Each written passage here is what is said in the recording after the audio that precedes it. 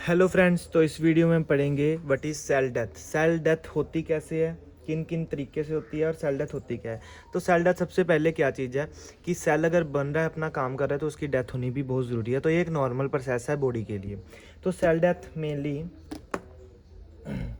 3 process से होती है, ठीक है। तो 3 प्रोसेस रहते हैं, ऑटोफेजी, एपोप्टोसिस एंड नेक्रोसिस। तो एक एक प्रोसेस को हम करके डीप में समझेंगे कि ऑटोफेगी कैसे होती है, एपोप्टोसिस कैसे होती है और नेक्रोसिस कैसे होती है।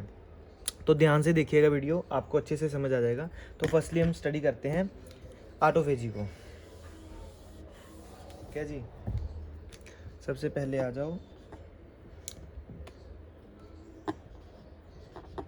चल ही नहीं रहा।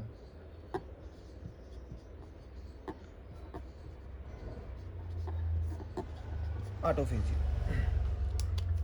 तो ऑटोफेजी में क्या रहता है कि ऑटोफेगोसोम बनता है, ठीक है। और फिर लाइजोसोम के साथ अटैच होके वो डिग्रेड कर देता है उसके प्रोटीन को। कैसे रहता है process, I will tell you.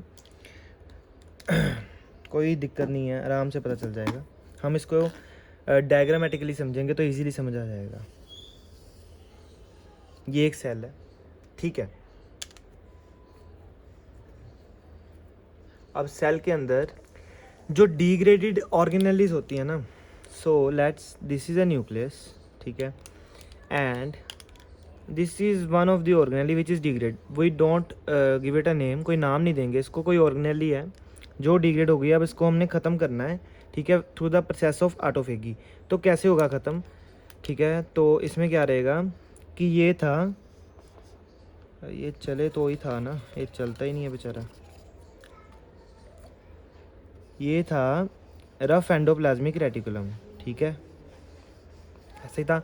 तो रफ एंडोप्लाज्मिक रेटिकुलम जो है वो अपने आप को इस ऑर्गेनेली के आसपास बाउंड कर लेगा, ठीक है, इसकी बाउंड्री कर देगा पूरी। बाउंड्री करने के बाद जो ये पूरी चीज़ बनाई है ना इसने, इसको नाम दे दिया गया है ऑटोफेगोसोम का, ठीक है। इसको नाम दे दिया गया ऑटोफेगोसोम का, जो इसने बाउंड करके ऑर्गेनेली अपने अंदर लपेट ली है। अब बाउंड करने के बाद इसके पास क्या आएगा, लाइजोसोम आएगा। Lysosome go towards it and attach itself around this point. तो लाइजोसोम ने अपने आप को इसके साथ अटैच कर लिया, ठीक है। अटैच करने के बाद इसमें से क्या रिलीज़ होगा, एंजाइम्स। ये क्या रिलीज़ करेगा, एंजाइम्स। एंजाइम रिलीज़ किया। जब एंजाइम रिलीज़ किया तो क्या होगा, इसके ऑर्गेनेली के अंदर जो प्रोटीन्स हैं वो गेट डिस्ट्रॉयड, ठीक है। तो इसके अंदर जो प्रोटीन्स हैं, प्रोटीन्स जो हैं गेट डिस्ट्रॉयड। तो जब डिस्ट्रॉय हो जाएंगे तो अल्टीमेटली क्या होगा, ऑर्गेनेली ख़त्म हो जाएगी और इसका जो मटेरियल बचेगा वो फिर से नई ऑर्गेनेली बनाने में अंदर ही यूज़ हो जाएगा, ठीक है। तो ये ऑटोफेगी का प्रोसेस। तो हम इसको पढ़ते हैं इधर फ्लो चार्ट बना के। तो क्या रहता है कि पहले दिखती है वोर्न आउट ऑर्गेनेली, दिख गई, ठीक है। ऑर्गेनेली के बाद क्या हुआ, RER bound itself around organelle. RER ने बाउंड कर लिया इसको, ठीक है। उसके बाद लाइजोसोम अटैच्ड, ठीक है, लाइजोसोम अटैच हुआ, release of enzyme, enzyme release हुए जिसने उसको तोड़ दिया, ठीक है। और लास्ट में क्या हुआ, ऑर्गेनेली जो है गेट डिग्रेडेड और डिस्ट्रॉयड, वो डिस्ट्रॉय हो गई ऑर्गेनेली। तो ये रहा ऑटोफेगी का प्रोसेस, ठीक है। ऑटोफेगी को एक और नाम से जाना जाता है विच इज़ कॉल्ड ऑटोफेगोसाइटोसिस, ठीक है। तो इसको इस नाम से भी जाना जाता है। तो ये रहा ऑटोफेगी का प्रोसेस। तो जो मैंने बताया जो लास्ट में वोर्न आउट हो गया, सारा डिग्रेड हो गया, ठीक है, तो उसका नई ऑर्गेनेली बनाने में यूज़ हो जाएगा। तो ये था हमारा सेल डेथ का पहला प्रोसेस ऑटोफेजी। उसके बाद हम पढ़ेंगे एपोप्टोसिस। अच्छा, ऑटोफेगी में आपने एक चीज़ नोट करी कि सेल की डेथ कंप्लीट नहीं हो रही, सिर्फ उसकी ऑर्गेनेली ख़त्म हो रही है। अब हम पढ़ेंगे एपोप्टोसिस, ठीक है। तो एपोप्टोसिस को एक और चीज़ कहा जाता है विच इज़ सेल सुसाइड।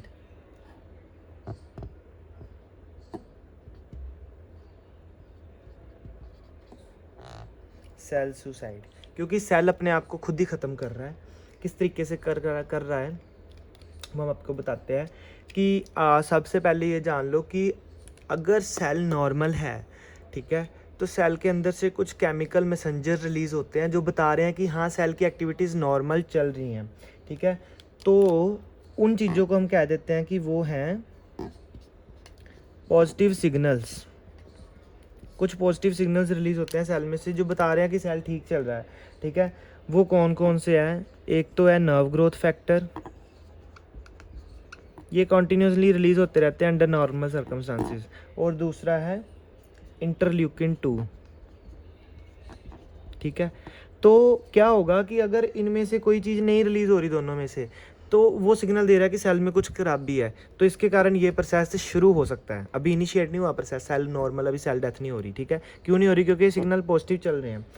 अब इसके साथ कुछ नेगेटिव सिग्नल्स भी हैं। देखो यहाँ एक चीज़ जानना बहुत ज़रूरी है कि यहाँ तो पॉजिटिव सिग्नल्स नहीं आ रहे तब भी सेल में ख़राबी है, या फिर अगर नेगेटिव सिग्नल आने शुरू हो गए तब भी सेल में ख़राबी है, ठीक है ना। तो नेगेटिव सिग्नल्स कौन कौन से होते हैं? नेगेटिव सिग्नल्स एक्सटर्नल या इंटरनल स्टिमुलाई से आ सकते हैं, ठीक है। इंटरनल यानी कि सेल के अंदर से इनिशिएट हो रहे हैं, एक्सटर्नल यानी कि सेल के बाहर से हो रहे हैं। तो सेल के बाहर से जो हो रहे हैं, ठीक है, नेगेटिव सिग्नल्स में एक्सटर्नल फैक्टर्स जो आते हैं, एक्सटर्नल फैक्टर्स, ठीक है, वो कौन कौन से रहते हैं? They are majorly death receptor ligands, death receptor ligands, ठीक है। तो इसमें क्या रहता है? मेजरली सेल है, ठीक है, सेल के बाहर ना भी छोटे छोटे रिसेप्टर्स लगे हुए हैं, क्योंकि सेल डेथ होना ज़रूरी है नॉर्मल फंक्शनिंग के लिए। तो इन रिसेप्टर पे आके लिगेंड्स अटैच होते हैं, ligands gonna attach to these receptors, ठीक है। रिसेप्टर पे आके लिगेंड्स अटैच होते हैं। तो जब लिगेंड्स अटैच होते हैं then the process of apoptosis initiates, तो ये प्रोसेस शुरू हो जाता है, ठीक है। तो डेथ रिसेप्टर लिगेंड्स है कौन कौन से? दीज आर TNF अल्फा, ठीक है, फास्ट लिगेंड और trail ligand. If you want to know the full form of these, so TNF is tumor necrosis factor alpha, FAS is first apoptosis signal ligand, and trail is TNF related यानी कि tumour necrosis factor related apoptosis inducing ligand, ठीक है। Tumour necrosis factor related apoptosis inducing ligand, तो ये trail ligand हो गया, ठीक है। तो ये नॉर्मली कौन रिलीज़ कर रहा है इन लिगेंड्स को? जो टी लिम्फोसाइट्स हैं, ठीक है, जो हमारी बॉडी एंटीबॉडीज़ हैं, वो सेल्स को ख़त्म करने के लिए, ठीक है, बैक्टीरियल सेल्स को ख़त्म करने के लिए इन चीज़ों को रिलीज़ करती है, ताकि अगर कोई बैक्टीरिया सेल में आ गया तो सेल को ख़त्म कर दिया जाए विद बैक्टीरिया, ताकि बॉडी बची रहे, ठीक है। ऑटोइम्यून डिसऑर्डर होते हैं जिनमें ये एंटीबॉडीज़ बढ़ जाती हैं, तो बॉडी अपने आप को खाना शुरू कर देती है। वो किस तरीके से खाती है भाई? यही तरीका होता है कि जो इम्यूनिटी होती है उसमें ये जब बॉडी ये सेल्स बढ़ जाते हैं तो ये सिक्रीशंस बढ़ जाती हैं सारी, और वो लिगेंड्स के साथ अटैच होती हैं और सेल ज़्यादा ख़त्म होने शुरू हो जाते हैं, तो इसे कहते हैं ऑटो इम्यूनिटी, ठीक है। तो ये डेथ रिसेप्टर लिगेंड्स हैं। तो ऑब्वियसली अगर ये लिगेंड्स है तो इनके रिसेप्टर के नाम भी इन्हीं से हो गए, TNF alpha receptor, fast receptor और TNF related aprotic inducing ligand receptor, trail receptor, ठीक है। तो इनके यही रिसेप्टर रहते हैं। अब एक बात यहाँ पर कि ये थे पॉजिटिव और नेगेटिव सिग्नल्स, ठीक है, एपोप्टोसिस में। पॉजिटिव सिग्नल्स जो नॉर्मली चल रहे हैं, नेगेटिव कहीं से सिग्नल नहीं मिल रहा, लेकिन अगर मिल रहा है तो एपोप्टोसिस शुरू हो जाएगी। पॉजिटिव लगातार मिल रहे हैं, अगर नहीं मिल रहा तो एपोप्टोसिस शुरू हो जाएगी। ठीक है, अब उसके बाद आ जाओ थोड़ा सा और इसमें डीप जाते हैं। तो ये तो पॉजिटिव नेगेटिव सिग्नल यानी कि इनिशिएट यहाँ से होगा। ठीक है, अब दो पाथवे हैं एपोप्टोसिस के, दो पाथवे हैं एपोप्टोसिस के। एक है एक्सट्रिंसिक, ठीक है, एक है इंट्रिंसिक। ठीक है, एक्सट्रिंसिक और इंट्रिंसिक। तो एक्सट्रिंसिक पाथवे में क्या रहता है कि सिग्नल्स जो है ना सेल को ख़त्म करने के लिए वो सेल के बाहर से मिल रहे हैं। Signals come from outside the cells. ठीक है,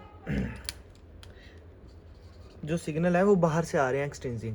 तो कौन से सिग्नल है जो अभी पढ़े हमने, जो फैक्टर्स हैं अभी पढ़े ना हमने कि डेथ रिसेप्टर लिगेंड्स हैं, तो वही इसके वो फैक्टर्स हैं जो इसको शुरू कर रहे हैं।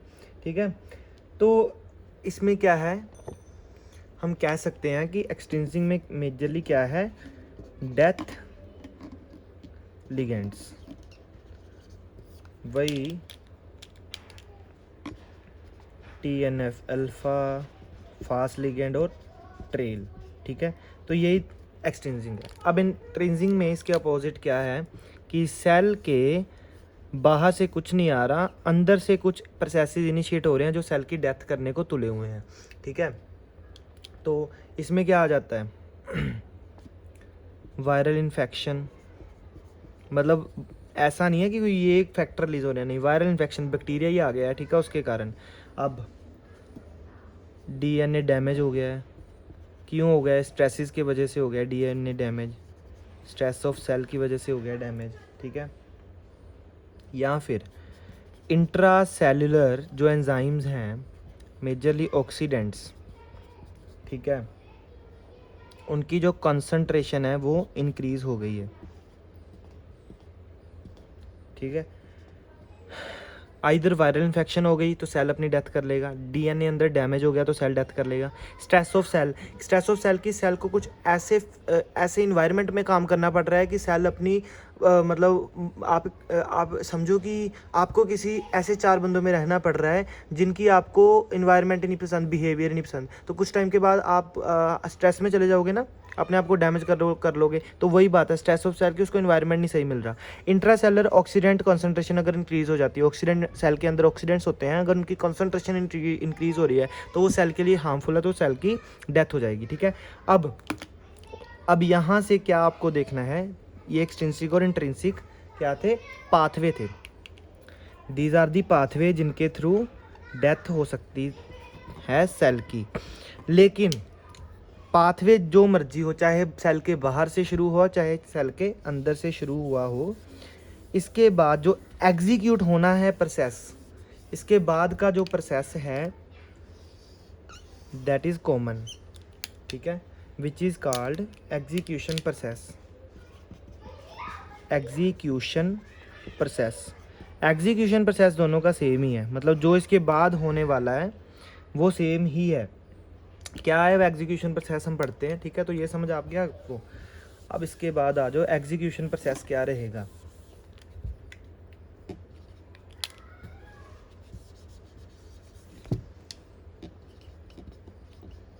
एग्जीक्यूशन कैसे रहेगी इसकी, बहुत इजी है, I will tell you how it is happen. Apoptotic stimulus आपको बता दिया, एक्सट्रिंसिक और इंट्रिंसिक कौन कौन से है। ठीक है, अब आ जाओ फ्लो चार्ट पे सीधे ध्यान देते हैं। यहाँ पर डाल दो भाई एक लाइन, ताकि आपको ऊपर का छोड़ दो अब सारा कुछ। अब आ जाओ नीचे, सबसे पहले मिला एपोप्टोटिक स्टिमुलस। इसका करता धरता यही है सारा। जब स्टिमुलस मिला तो क्या हुआ, स्टिमुलस मिला तो क्या हुआ, माइटोकॉन्ड्रिया जो है ना सेल के अंदर, वहाँ से दो प्रोटीन रिलीज होंगे, release of two proteins from mitochondria. ठीक है, 2 प्रोटीन रिलीज होंगे माइटोकॉन्ड्रिया से। कौन कौन से होंगे?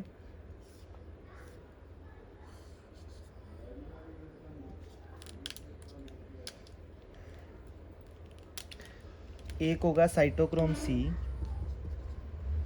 तो सिक्टो हो गया,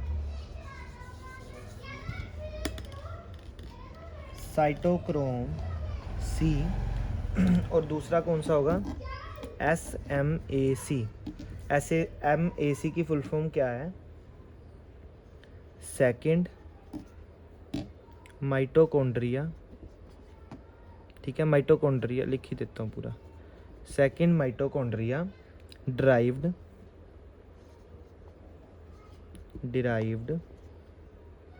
एक्टिवेटर ऑफ कास्पेसिस। ठीक है, तो ये है इसकी full form SMAC, second mitochondria derived activator of caspases. Caspases भी बताते हैं आपको, प्रोटीन होते हैं जो मतलब इस प्रोसेस को करते हैं, कास्पेसिस।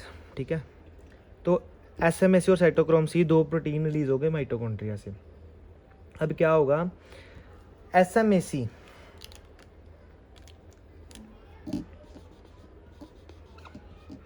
SMAC क्या करेगा कि इनएक्टिवेट करेगा, हम इसे लिखते हैं इनएक्टिवेट। किसको इनएक्टिवेट करेगा? AIF।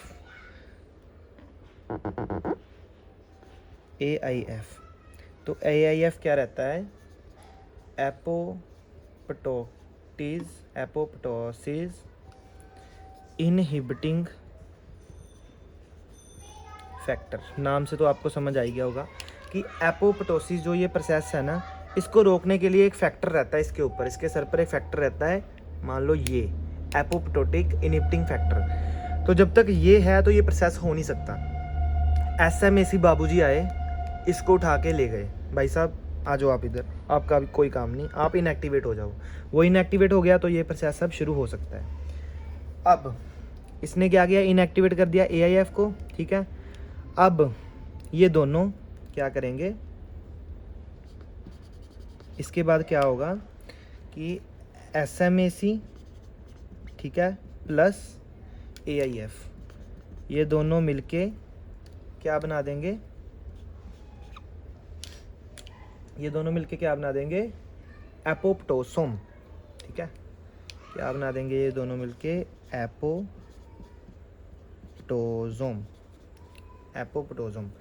एपोप्टोसोम अब क्या है?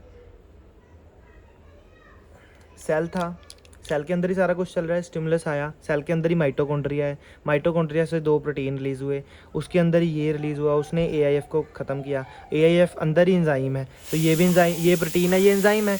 इन दोनों ने मिलकर अब 2 चीज़ मिल गई एंजाइम, तो एक सब्सटेंस बन गया एपोप्टोसोम। एपोप्टोसोम एंजाइम बन गया। ठीक है, अब क्या होगा कि जो साइटोक्रोम सी है ना, ये और एपोप्टोसोम, ये दोनों मिलके एंजाइम एक्टिवेट करेंगे क्या? कास्पेसिस, जो यहाँ पे पड़ा है। ठीक है, तो ये नारायण, ये और ये दोनों मिलके क्या कर रहे हैं?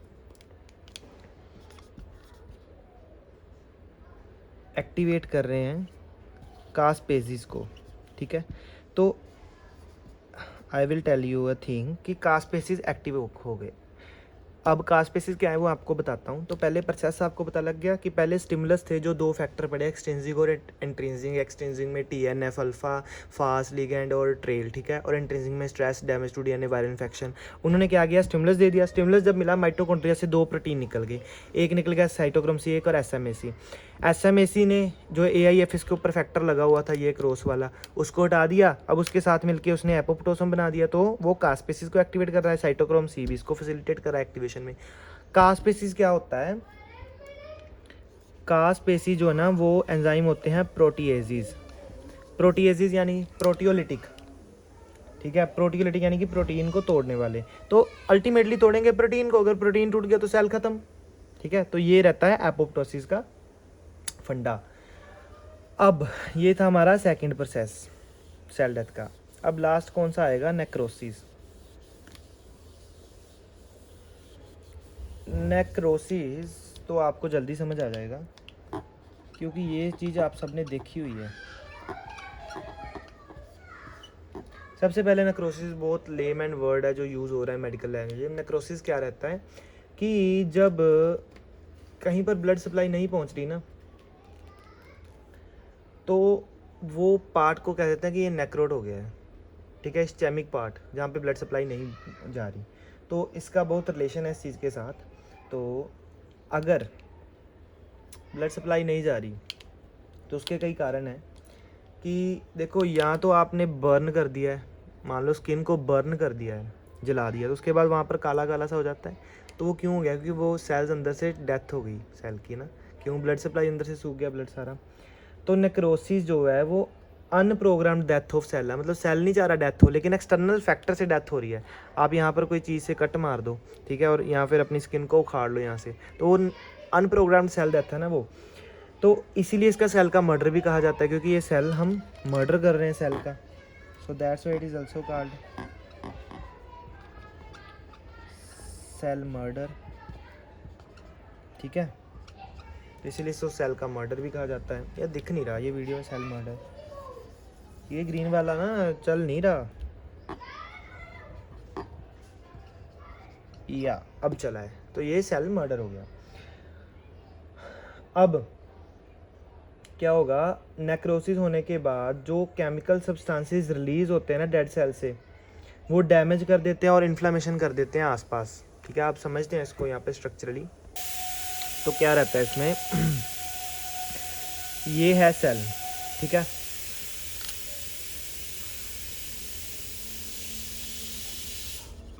इसने भी नखरे दिखाने शुरू कर दिया। अब संगति का असर हो रहा है, मैं देख रहा हूँ, ग्रीन वाला ख़राब था, ब्लू वाला भी हो रहा है। तो ये है न्यूक्लियस, और इसके अंदर आपको पता है क्या भरा रहता है, फ्लूइड भरा रहता है इसके अंदर, सेल के अंदर फ्लूइड भरा रहता है। तो नेक्रोसिस पहले आपको पता नहीं चाहिए किन किन फैक्टर से हो सकती है।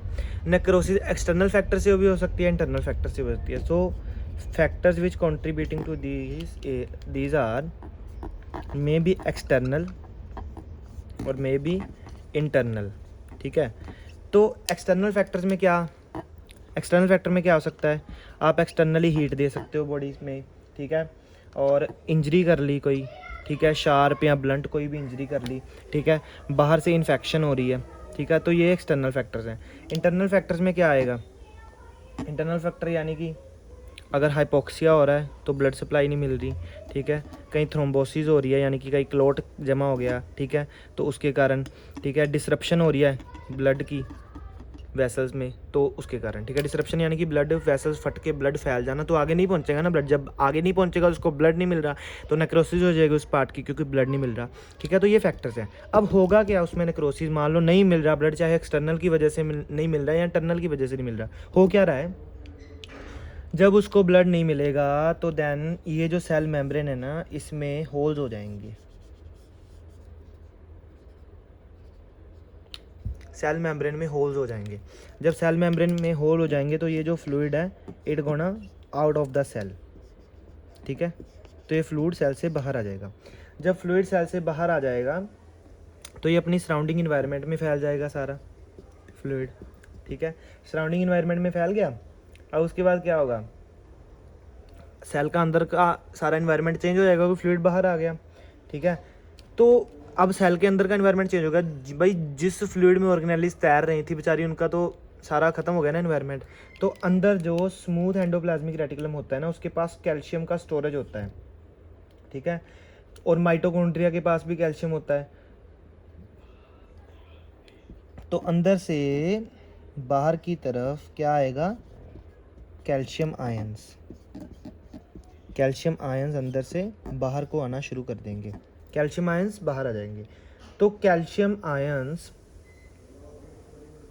क्या होगा, इन जो अंदर सेल के प्रोटीन्स है ना, तो उनको डिसरप्ट कर देंगे कैल्शियम आयंस जब बाहर आ जाएंगे,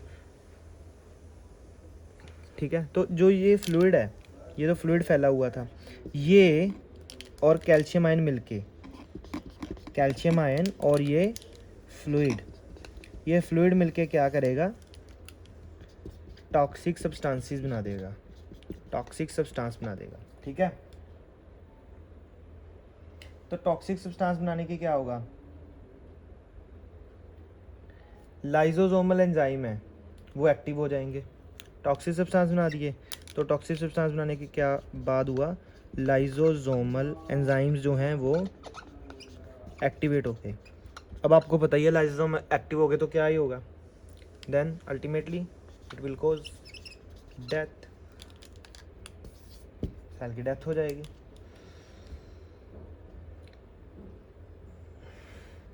ये सेल एक सेल की बात हुई। अब इसका जो बाजू वाला सेल है, नेबर सेल, वो क्या करेगा, जब इसकी डेथ हो जाएगी तो वो इसको खा जाएगा, ऑटोफेगोसोम बना के सारे सेल को डाइजेस्ट कर जाएगा। तो ये था नेक्रोसिस का पार्ट, ठीक है। तो अब इस चीज़ को जो हमने स्ट्रक्चर में पढ़ा है ना, तो let's see it in flow chart form. क्या हुआ कि सबसे पहले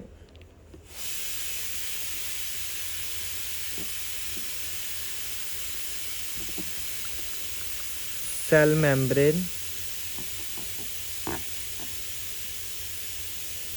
जो है डैमेज हुई, ठीक है। उसके बाद उसमें होल्स हो गए, ठीक है, holes in cell membrane. Holes होने के बाद जो इंट्रासेलर फ्लूइड है वो लीक होना शुरू कर गया, ठीक है। कैल्शियम आयन जो थे, ठीक है, वो कम्स आउट हो गए, ठीक है। फिर ICF प्लस कैल्शियम आयन ने क्या बना दिया, प्रोड्यूस कर दिया टॉक्सिन, ठीक है। फिर लाइजोसोमल एंजाइम एक्टिव हुए और फिर सेल डेथ हो गई, ठीक है। यही प्रोसेस था।